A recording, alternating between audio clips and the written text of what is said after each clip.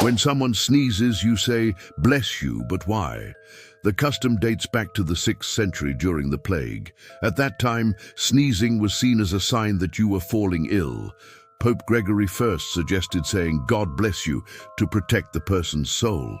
It was believed that a sneeze could expel the soul from the body, leaving it vulnerable to evil spirits. Later, as the plague spread, the blessing became a way to offer protection.